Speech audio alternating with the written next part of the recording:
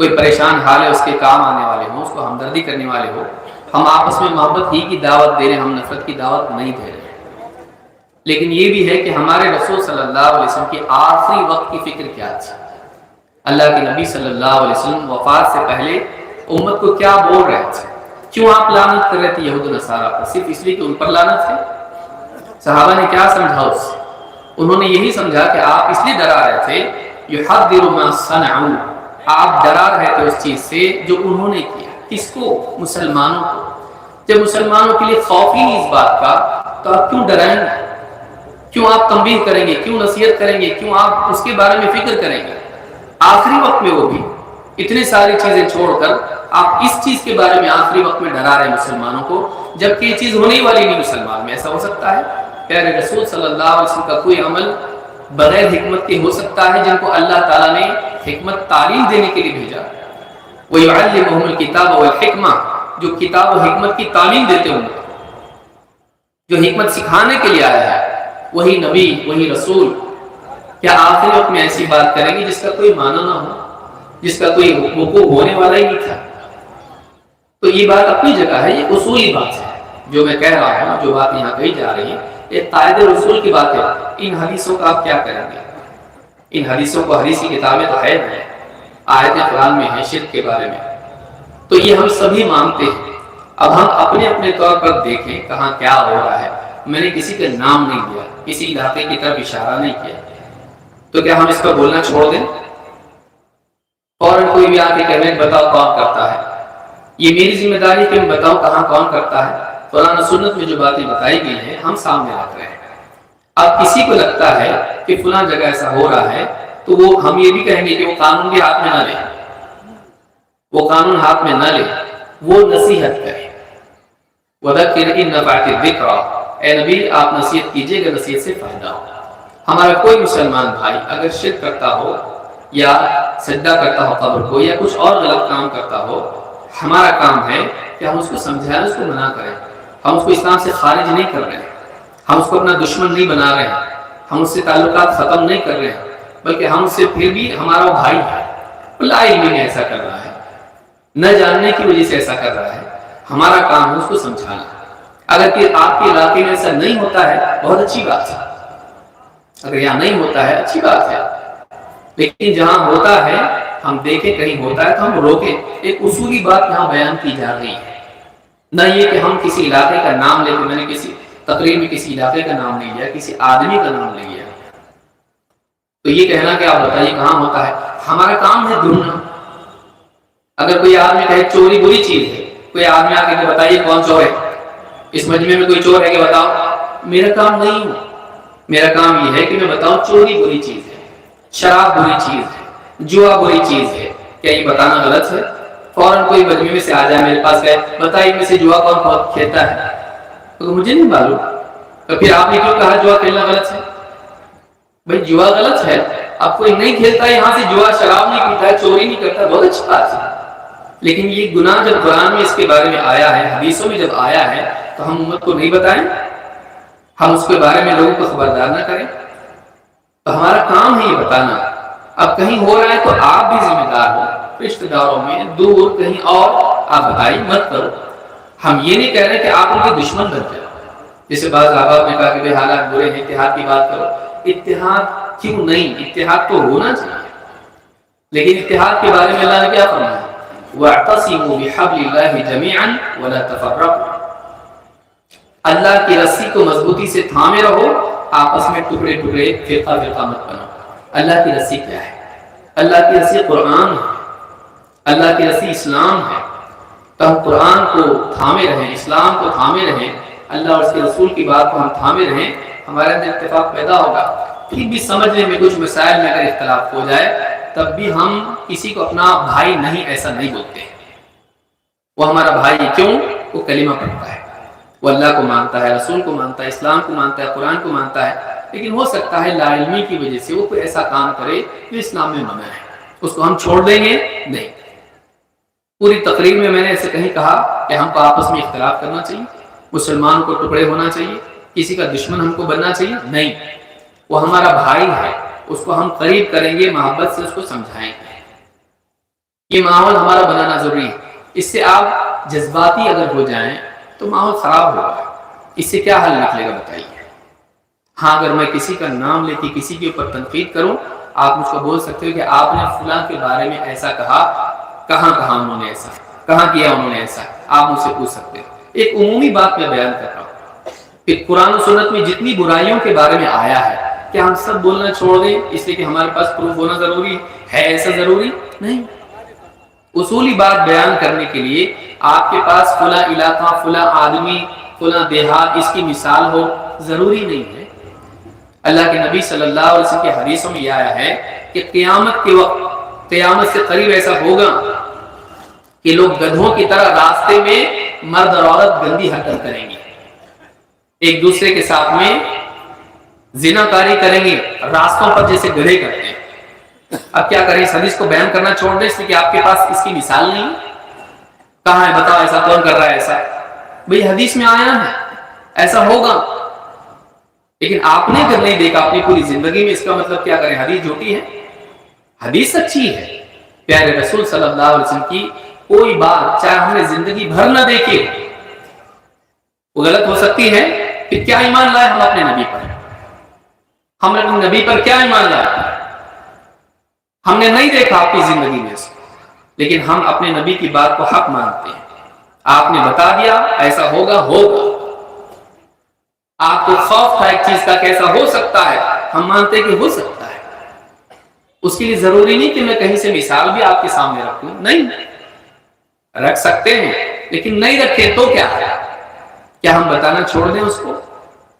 تو یہ یاد رکھیں کہ اس طرح کی جو بھی باتیں ہوتی ہیں یہ دین کے بارے میں جذباتیت کی وجہ سے ہوتی ہیں. ٹھنڈے دل سے اگر کوئی آدمی غور کرے تو بہت ساری باتیں اس کی سمجھ میں آ سکتی ہیں. نبی صلی اللہ علیہ وسلم نے جو بھی باتیں بیان کی ہیں، چاہے ہم کو وہ دکھائی دیں نہ دے، ہماری زندگی میں ہمارے سامنے آئے نہ آئے، لیکن آپ نے بتا دیا، وہ پتھر کی لکیر سے بھی زیادہ پکی بات ہے. ہم اس کو مانتے ہیں، ہم اس کو مانتے ہیں. بس ہمارے نبی نے بتا دیا، ہم مانتے ہیں اس کو، چاہے ہم کو دکھائی دے یا نہ دے.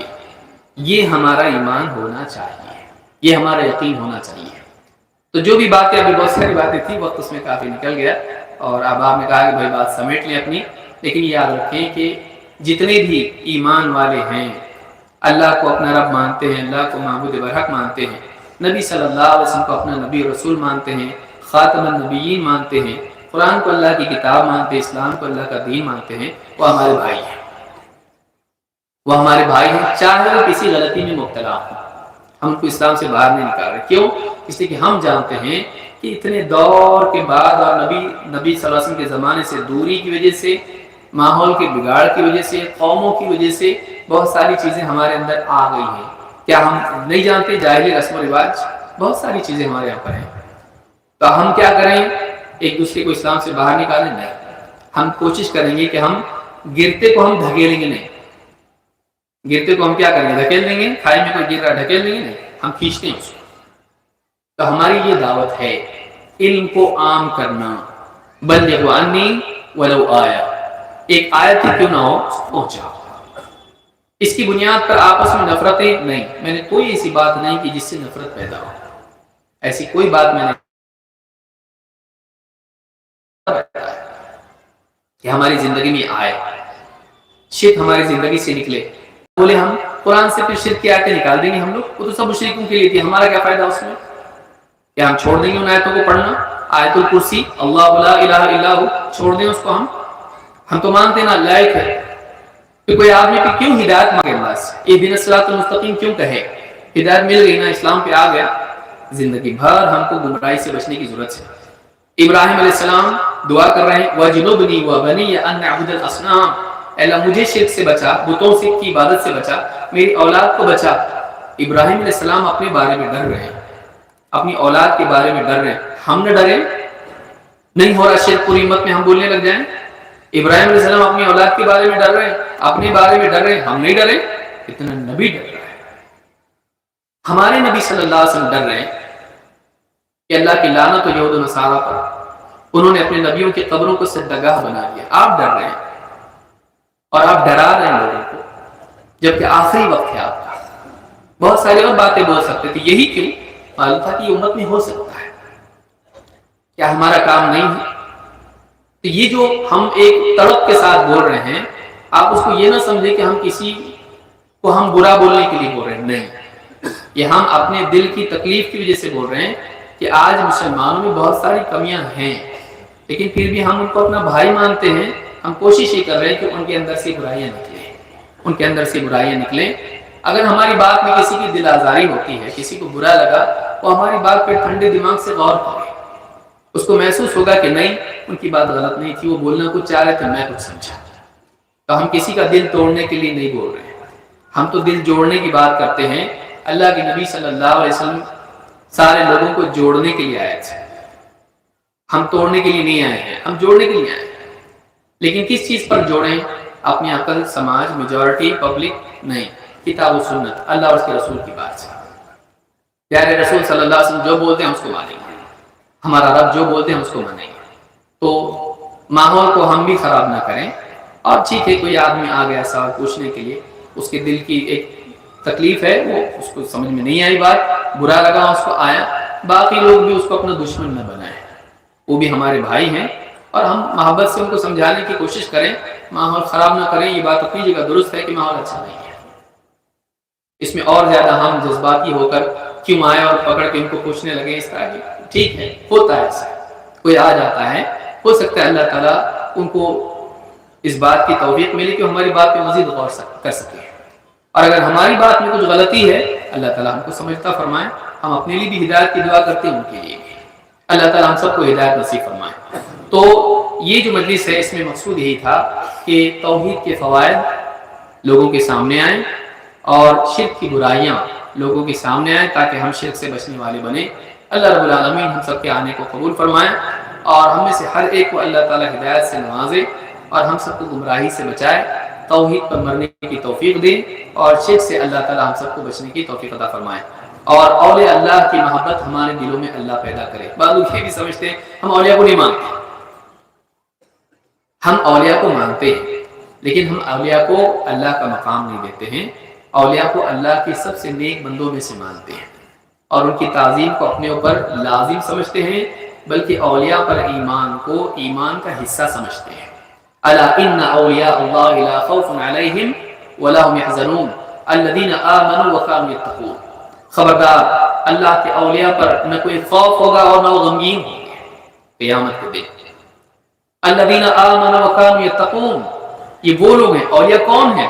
جو ایمان لائے اور پرہیزگار زندگی گزارتے رہے، جو ایمان والے تھے، جن کا عقیدہ صحیح تھا اور جن کی زندگی میں تقویٰ تھا. اسی لیے میں نے اپنی خطاب میں کیا کہا کہ وہ شریعت کی کوئی لحاظ نہیں کرتا ہے، وہ دین کے اعتبار سے بالکل بھی کچھ جانتا نہیں ہے، لوگ اس کو بھی کرنے لگ جاتے ہیں. تو ہم ان کو اولیاء مانتے ہیں جو اللہ کی پر ایمان والے ہوں، صحیح عقیدے والے ہوں، اللہ کی عبادت کرتے ہوں اور تقویٰ والے ہوں، نبی صلی اللہ علیہ وسلم کی سنتوں پہ چلتے ہوں. یہ اللہ کے ولی ہیں. ان پر ایمان لانا اور ان کی تعظیم کرنا، ان کا احترام کرنا، یہ ہمارے لیے دین ہے. ایک عام عالم کا ہم احترام مانتے ہیں، اللہ کے ولی کا ہم احترام نہیں مانیں گے. لیکن ہر ایک کو ولی بنا دے ہم نہیں. ولی کی جو بنیاد بتائی اللہ نے، ایمان اور تقویٰ. اللہ کے ولی کو پہچاننے کا راستہ کیا بتایا؟ ایمان اور تقویٰ. جس کی زندگی میں کمال درجے کا ایمان ہو، جس کی زندگی میں کمال درجے کا تقویٰ ہو، اللہ تعالیٰ ایسے بندوں کو اپنا ولی بناتا ہے. اور ان کے بارے میں حدیث بخاری کی ہے، من عادى لی ولیا فقد آذنتہ بالحرب. جو میرے کسی ولی سے دشمنی کرے، اس سے میرا جنگ کا اعلان ہے. یہ صحیح بخاری کی حدیث ہے کہ جو میرے کسی ولی سے دشمنی کرے، دشمنی مول لے، اس کے لیے میری طرف سے جنگ کا اعلان ہے. تو ہم اللہ سے نعوذ باللہ جنگ کا اعلان ہم اپنے لیے مول لیں؟ ہم اولیاء کے دشمن نہیں ہیں، ہم اولیاء سے محبت کو واجب مانتے ہیں، لیکن ہر ایک کو ولی بنا دینا بھی ٹھیک نہیں ہے. اس کی کنڈیشن جو قرآن میں بتائی گئی ہے، وہ کنڈیشن ہم کو یاد رکھنا چاہیے. ایمان اور تقویٰ.